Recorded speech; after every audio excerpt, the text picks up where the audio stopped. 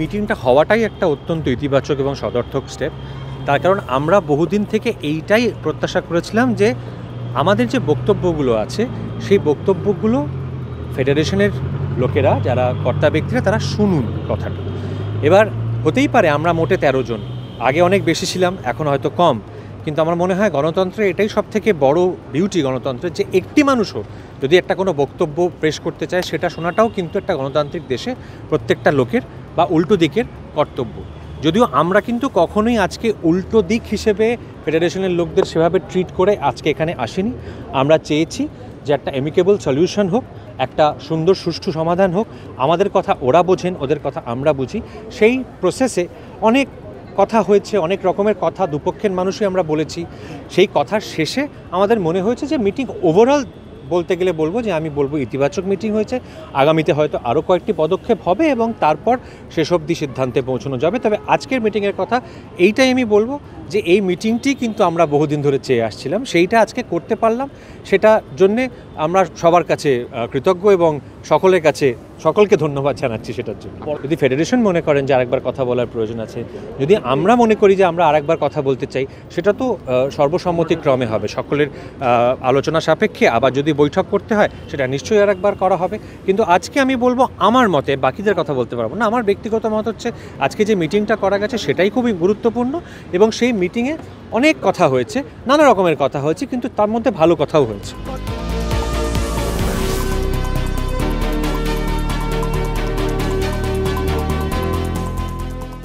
প্রায় বলা যেতে পারে যে 1 বছর বাদে আমরা এই মিটিংটাতে থাকতে পারলাম।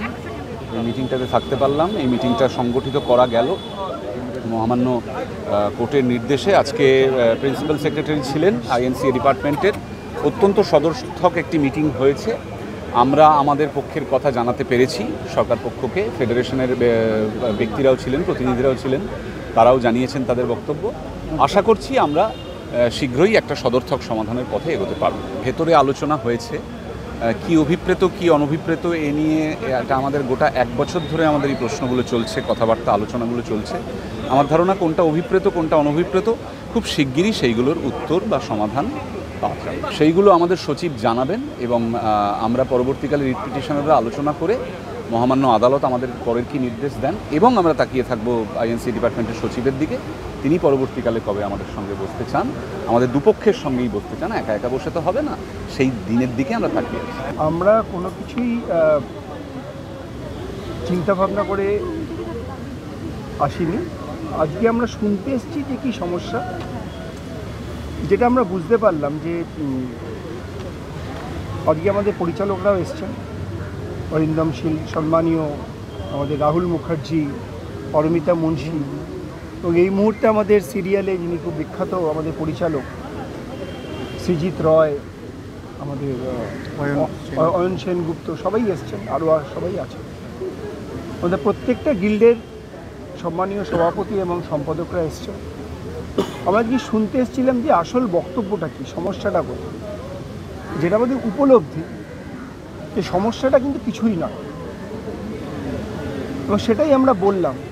এবং আসলে আমাদের ইন্ডাস্ট্রিতে অনেকগুলো ভাগে বিভক্ত, ফিল্ম, সিরিয়াল, ওটিটি, এখন নতুন একটা মাইক্রোড্রামা, বিভিন্ন প্ল্যাটফর্মের উপর আছে।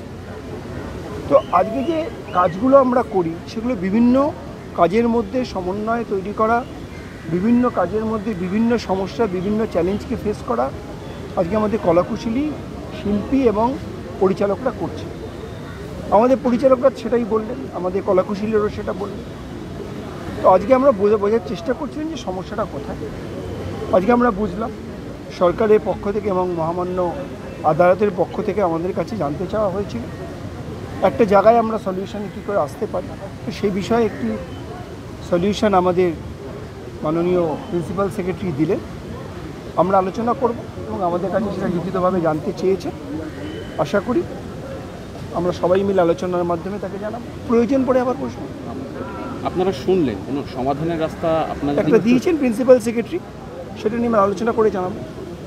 কী সেই সমাধানগুলো কি বলা? আসলে মিটিংয়ের বক্তব্য তো বাইরে না বলাটাই উচিত, কিন্তু মহামান্য আদালতের এটা জুরিডিকশনে আছেন যে আমরা বাইরে কোনো মন্তব্য করব। একটা সুচিন্তক, একটা অ্যাবসলিউটলি পজিটিভ অ্যাটিটিউডে একটা বৈঠকে বসেছিলাম এবং সেইখান থেকে কিছু কথা হয়েছে। আমাদের মাননীয় আইএনসিএ সেক্রেটারি উনি কোনো সাজেশনস দিয়েছেন, সমস্ত তাতেই আমাদের মনে হয় যে আমরা এগিয়ে যাচ্ছি যাতে এই পুরো ব্যাপারটার একটা সলিউশন ঘটে।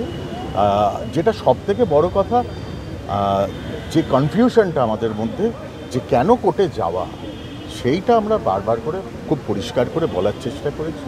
আমরা এখনও বুঝতে পারছি না যে কী ঘটেছে যার জন্য একটা পরিবার, সেখানে পরিবারের মধ্যে সলিউশন বার করতে না গিয়ে আমরা কোর্টে গেলাম। একটাই জিনিস যে একটা পরিবার যখন কোর্ট কাছারি করতে শুরু করে দেয় তখন সেটা আর পরিবার থাকে না, সে পরিবারটা ভেঙে যায়।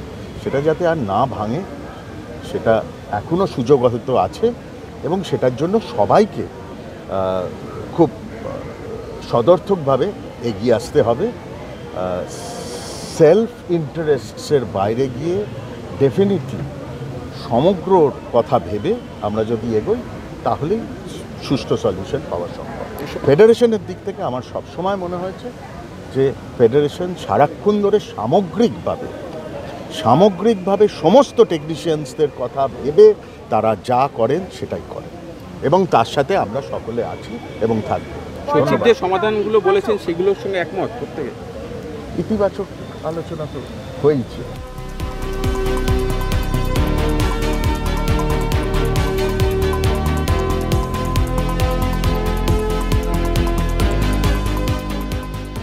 সমাধান সূত্র ওইরকমভাবে কি বলা যায়, তবে আজকের মিটিংটা খুব সদর্থক হয়েছে এবং আমরা ফেডারেশনেরও অনেকে ছিলেন এবং আমরা যারা রিট পেটিশনটা করেছি আমরাও ছিলাম, একজন দুজন বাদে, কিন্তু আমরা একটা এক্সচেঞ্জ অফ ওয়ার্ডস হয়েছে এবং আমার মনে হয় যে রেজলিউশন এখন আমাদের প্রিন্সিপাল সেক্রেটারি যেটা দেবেন সেটা দেখা যাক কি হয়, কিন্তু মনে হচ্ছে খুবই সদর্থক। আবার কি পরবর্তী বৈঠক না এই মুহূর্তে জানি না, এখন তো এটা হলো, হ্যাঁ, এবং ওনাকে তো একটা রিপোর্ট কোর্টে দিতে হবে, তো সেই জন্য এটা সদর্থকই বলতে পারবো এইটুকুনি। আবার বৈঠক হবে কিনা বলতে পারছি না।